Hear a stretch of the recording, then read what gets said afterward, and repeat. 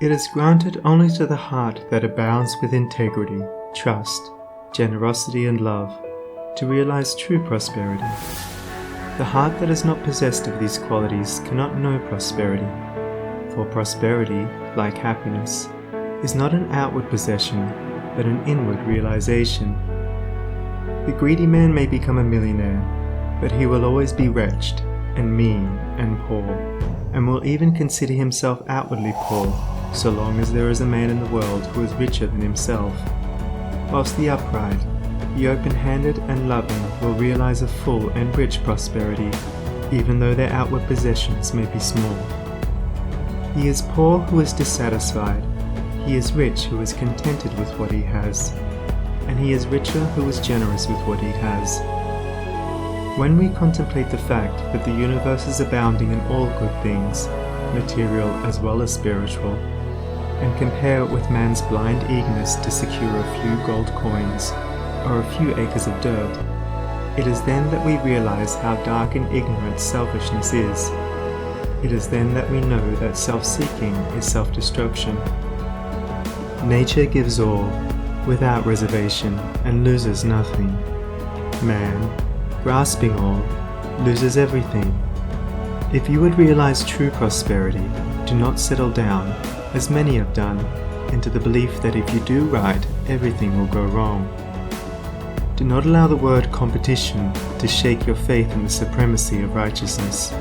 I care not what men may say about the laws of competition, for do I not know the unchangeable law, which shall one day put them all to rout, and which puts them to rout even now in the heart and life of the righteous man? And knowing this law, I can contemplate all dishonesty with undisturbed repose, for I know where certain destruction awaits it.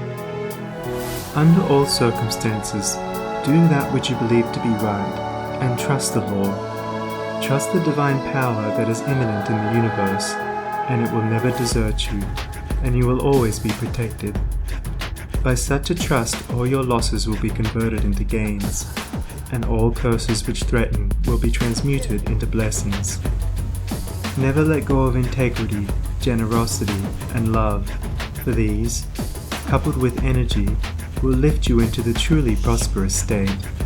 Do not believe the world when it tells you that you must attend to number one first, and to others afterwards. To do this is to not think of others at all, but only of one's own comforts. To those who practice this, the day will come when they will be deserted by all, and when they cry out in their loneliness and anguish, there will be no one to hear and help them. To consider oneself before all others is to cramp and warp and hinder every noble and divine impulse. Let your soul expand.